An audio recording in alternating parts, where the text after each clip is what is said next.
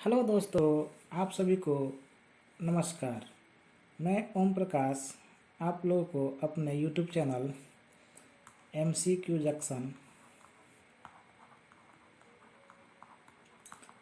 Junction पे स्वागत करता हूं। तो दोस्तों, आज हम लोग क्या करने वाले हैं। आज हम लोग जवाहर नवोदय विद्यालय के इंट्रेंस एग्ज़ाम 2021 मैथ सिलेबस के अनुसार क्या करेंगे। आज से चैप्टर वाइज हम लोग स्टार्ट कर रहे हैं। जैसे कि आप लोगों को हमने सिलेबस में बताया था कि आप लोगों को 1 महीना के अंदर पूरा का पूरा मैथ का क्या कराएंगे, हम रिवीजन कराएंगे। तो हमारा पहला चैप्टर क्या होने वाला है, आप लोग सब लोग जानते ही होंगे। पहला चैप्टर हमारा होने वाला है संख्या और संख्या पद्धति।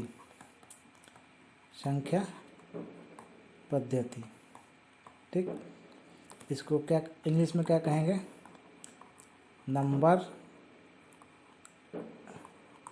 Number and number system, SYS, number and number system. ठीक, तो चलिए अब शुरू करते हैं अपना हम।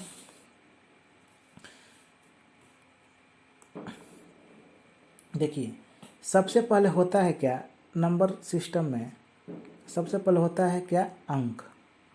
सर ये अंक क्या होते हैं, अंक किसे कहते हैं। तो देखिए, अंक क्या है, हमको जो हम अंक गणित में संख्याओं को लिखते हैं तो उसको हम किसको माध्यम से प्रकट करते हैं। ठीक, तो वो हमारे अंक होते हैं। तो उसको एक भाषा में क्या कह सकते हैं कि अंक क्या है, एक अंक गणितीय रूप में क्या है, संकेत के रूप में काम करते हैं।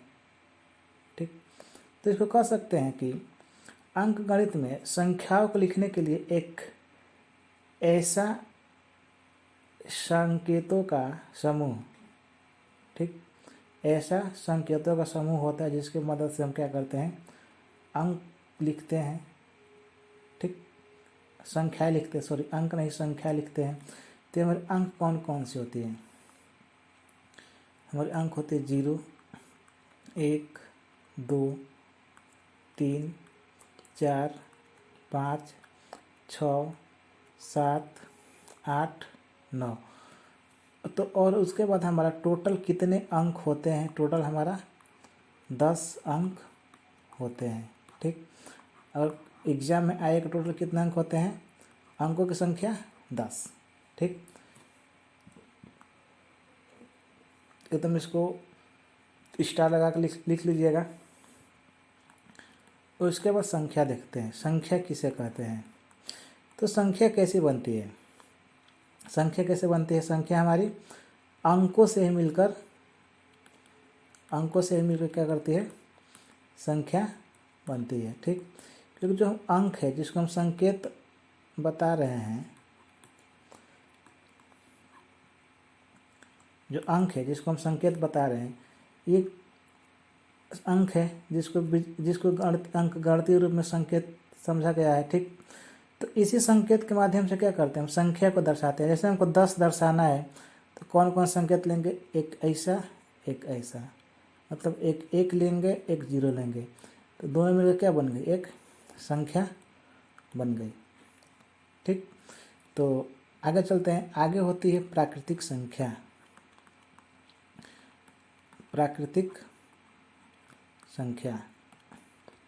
देखिए, प्राकृतिक संख्या किसे कहते हैं,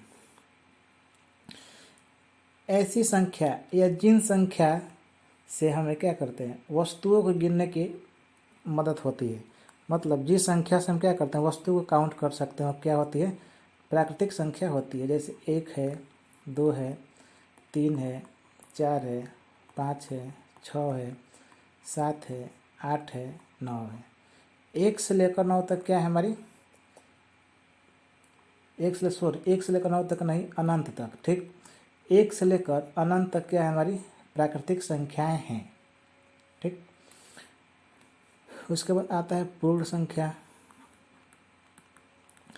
पूर्ण संख्या क्या है सर, तो सर पूर्ण संख्या जिन प्राकृतिक संख्याओं में, ठीक, प्राकृतिक संख्याओं में एक, जैसे हमारी प्राकृतिक संख्या 1 2 3 4 5 6 7 8 डॉट डॉट डॉट डॉट आगे इन्फिनिटी, तो मतलब अनंत तक है।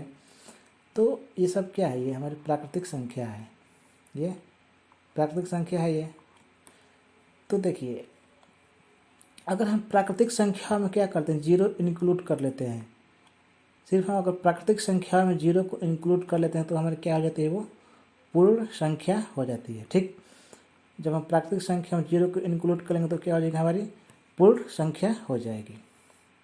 समझ में आ गया? अब चलिए आगे देखते हैं। आगे हमारी सम संख्या। सम संख्या, अब सम संख्या किसे कहते हैं? ऐसी संख्या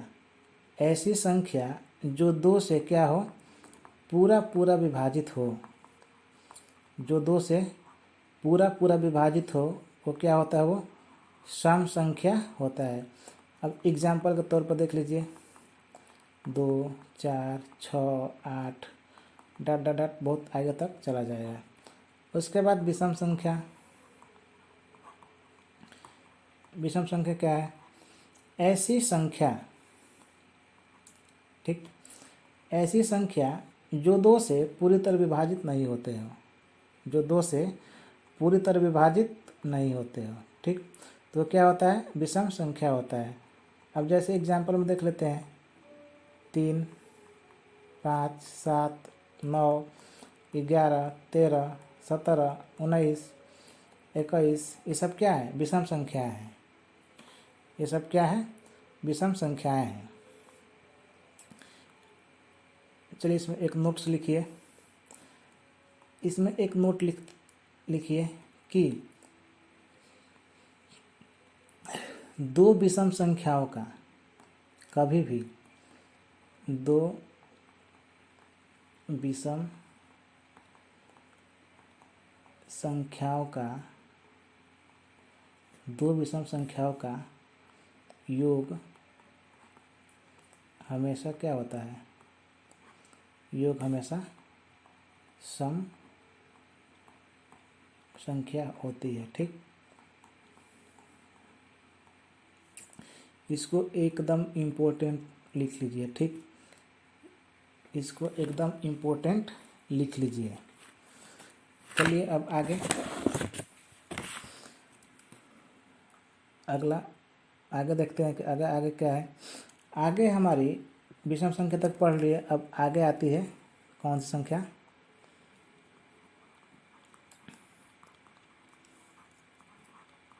अभाज्य संख्या। ठीक, कौन सी संख्या आती है, अभाज्य संख्या। अभाज्य संख्या क्या होती है, ऐसी संख्या जो एक और, मतलब जो ऐसी संख्या जो एक और स्वयं के अलावा किसी अन्य संख्या से क्या हो, विभाजित ना हो, किसी अन्य संख्या से विभाजित ना हो, वो क्या होती है, वो अभाज्य संख्या होती है। ठीक, अभाज्य संख्या को भी हम क्या कहते हैं, रूट संख्या भी कहते हैं अभाज्य संख्या को ही। ठीक, अभाज्य संख्या कुछ एग्जाम्पल देख लेते हैं, 2 3 5 7 11 13 डॉट डॉट डॉट आगे इसी तरह जाता रहेगा। ठीक है, अब देखिए एक, अब यहाँ पर नोट डालिए,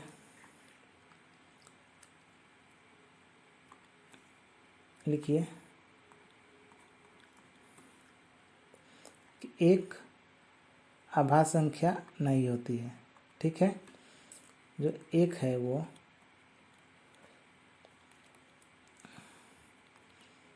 अभाज्य संख्या नहीं होती है, याद रहेगा। अगला लिखो, अगला है हमारा कि एक अंकों की सबसे छोटी अभाज्य संख्या, एक अंकों की सबसे छोटी अभाज्य संख्या क्या होगा? 2। या इसको कह सकते हैं कि एकमात्र सम अभाज्य संख्या। ऐसे भी कोई पेपर में आ सकता है कि एकमात्र सम अभाज्य संख्या क्या होगी? तो एकमात्र सम अभाज्य संख्या क्या है? 2 है। ठीक है, आगे देखते हैं कि 1 से 25 के बीच में कितनी अभाज्य संख्या होती हैं? सर 9 होती है। 1 से 25 के बीच में कितनी संख्या होंगी? 9। उसके बाद 25 से 50 के बीच में 6। 50 से 75 के बीच में 6 और 75 से 100 के बीच में कितने हो जाएंगी? 4। टोटल मिले कितनी संख्या होती है? 1 से 100 तक टोटल कितने हो जाएंगी? 25। तो देखिए, अगर आपको पूछ दिया कि 1 से लेकर 50 तक, 1 से 50 तक कितनी संख्या होंगी, तो देखिए 1 से 25 तक तो 9 हो रहा है और 1 से 50 तक कितने हो जाएंगे? 6। टोटल कितनी संख्या हो जाएंगी? 15। 1 से 50 तक 15 संख्या अभाज्य होंगी। अगर बोल दे कि 1 से 49 तक तभी भी 15, 1 से 48 तक तभी भी 15, 2 से 50 तक पूछ दिया तभी भी 15। ठीक, ऐसे ही इसको निकालेंगे। इसको कहीं नोट कर लीजिएगा। ठीक है, तो आइए आगे बढ़ते हैं। अगला है हमारा संयुक्त संख्या या भाज्य संख्या।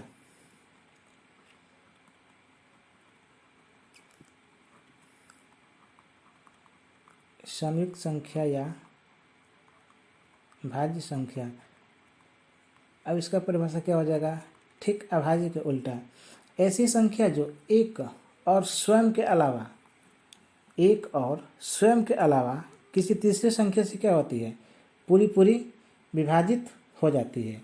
ठीक, क्या परिभाषा बोले? एक और स्वयं के अलावा किसी तीसरे संख्या से भी क्या होती है? वो विभाजित होती है। तो क्या होती है? वो भाज्य संख्या होती है। अब भाज्य संख्या के एग्जाम्पल देखिए, जैसे 4, 6, 8, 10 इत्यादि सब क्या होंगे? यहाँ पर 9 भी हो जाएगा, सब भाज्य संख्या होंगे। इसमें एक नोट डालो, सबसे छोटी भाज्य संख्या, सबसे छोटी भाज्य संख्या क्या होगी? सबसे छोटी भाज्य संख्या 4 होगी। जितना हम आप लोग स्टार लगा कर लिखवा रहा हूँ, ठीक, उसको आप नोट कीजिएगा और दिमाग में रखिएगा, क्योंकि क्वेश्चन अधिकांश इसी से आएंगे। अधिकांश मतलब क्या? 1-2 क्वेश्चन लगभग इसी से होंगे। ठीक है, अब आते हैं संपूर्ण संख्या। संयुक्त या भाज्य संख्या पढ़ लिए, उसके बाद संपूर्ण संख्या।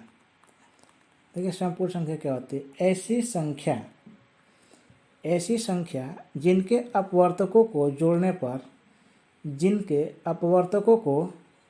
पर क्या हो? खुद संख्या वो प्राप्त हो जाए, वो क्या होती है? संपूर्ण संख्या होती है। एक बार फिर से रिपीट करते हैं, ऐसी संख्या जिनके अपवर्तकों को जोड़ने पर खुद वही संख्या क्या हो? प्राप्त हो जाए, तो संपूर्ण संख्या कहलाती है। जैसे एग्जाम्पल में देखते हैं, 6 है, 6 का अपवर्तक क्या क्या होंगे? 1, 2, 3 और एक खुद 6 होगा। तो 6 को क्या करते हैं? 6 को छोड़कर इनको जोड़िए, क्या होगा? ये 2, 3, 5, 1, 6। इनके अपवर्तकों का योग क्या है? 6। या अगर हम 6 को भी इंक्लूड करते हैं तो इसका क्या होगा? परिभाषा चेंज हो जाएगा। तो अब इसका परिभाषा कैसे होगा? कि ऐसी संख्या जिनके अपवर्तकों को जोड़ने पर उस संख्या से दुगुना प्राप्त हो। ठीक, अगर आप 6 को भी इंक्लूड कर रहे हैं तो क्या, अब इसका परिभाषा क्या हो जाएगा? ऐसी संख्या जिनके अपवर्तकों को जोड़ने पर खुद से दुगुना प्राप्त हो। ठीक, खुद से दुगुना प्राप्त हो क्या होगी? संपूर्ण संख्या होगी। अगर आप 6 को इंक्लूड करते हैं तो देखिए 6 है, अब 6 + 6 कितना हो गया? 12। 6 से दुगुना हुआ। ठीक, इसमें भी नोट डाल लीजिए कि सबसे छोटी संपूर्ण संख्या, सबसे छोटी संपूर्ण संख्या क्या होगी? हमारी 6 होगी। ठीक, 6, उसके बाद इससे बड़ा 28, उसके बाद आगे सब मिलते चले जाएंगे। ठीक, चलिए अब आगे देखते हैं। आगे है जुड़वा भाज्य, जुड़वा अभाज्य।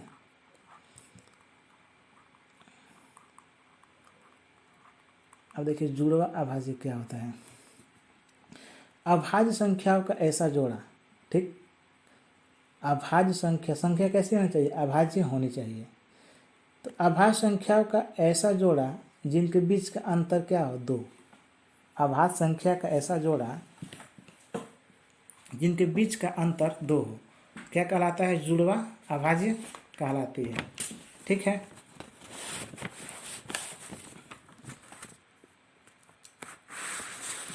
चलिए इसके एग्जाम्पल देखते हैं। इसके एग्जाम्पल से हमारे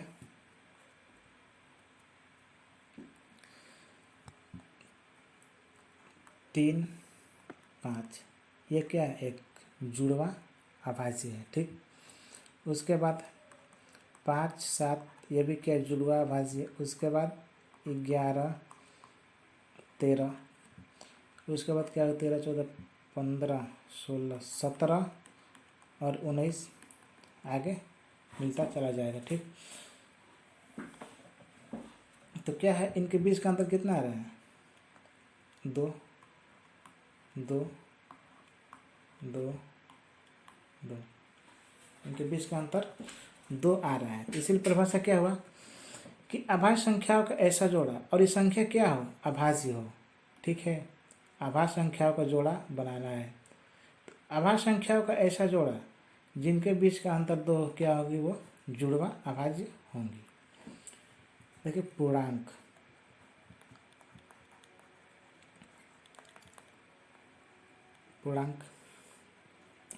संख्याओं का ऐसा संग्रह, पूर्णांक किसे कहेंगे? संख्याओं का ऐसा संग्रह जिनमें पूर्ण संख्या और ऋणात्मक संख्या शामिल होती है।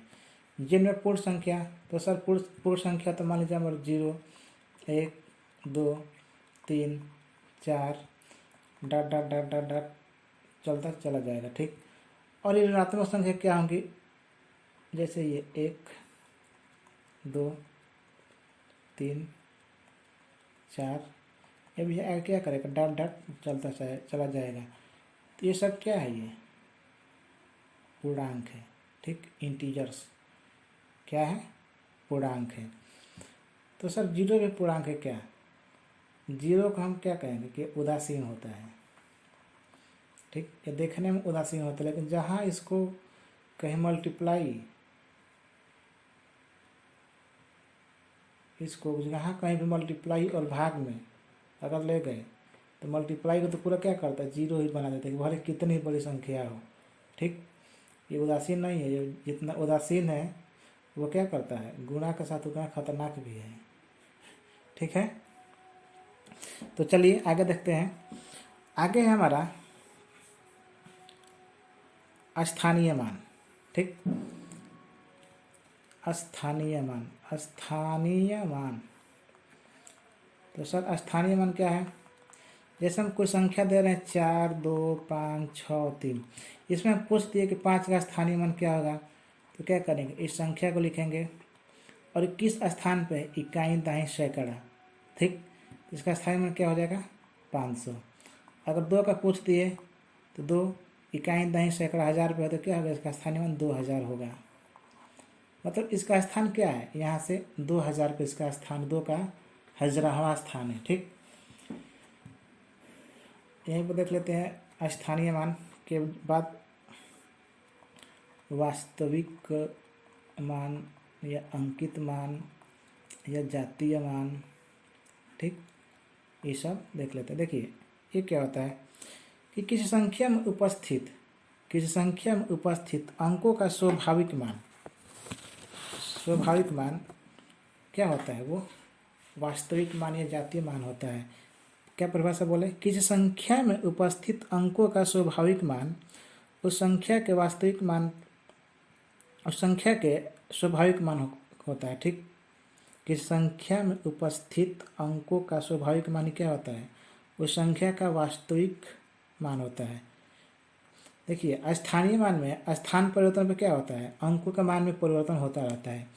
जैसे हम यहाँ से अब यहाँ आए तो क्या हुआ, अब ये 10,000 हो गया, तो ये क्या हो जाएगा, 40,000 हो जाएगा, ठीक, 40,000 हो जाएगा। अब आगे इसको, इसमें अगर देखते हैं तो इसी संख्या को लिखते हैं 4 2 5 6 3, इसी संख्या को लिखते हैं तो क्या होगा ये, अगर इसमें पूछे कि 2 का जातीय मान क्या होगा, तो 2 का जातीय मान 2 ही होगा, 4 का 4 ही होगा, 6 का 6 ही होगा। इसमें संख्या के स्थान के परिवर्तन का क्या होता है, परिवर्तन होने पर कोई मान में परिवर्तन नहीं होता है, ठीक। तो चलिए इतना ही इस क्लास में। अब अगला पार्ट में देखेंगे। अगर आप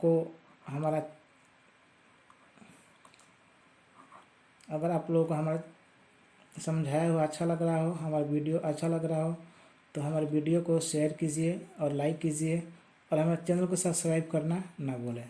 धन्यवाद।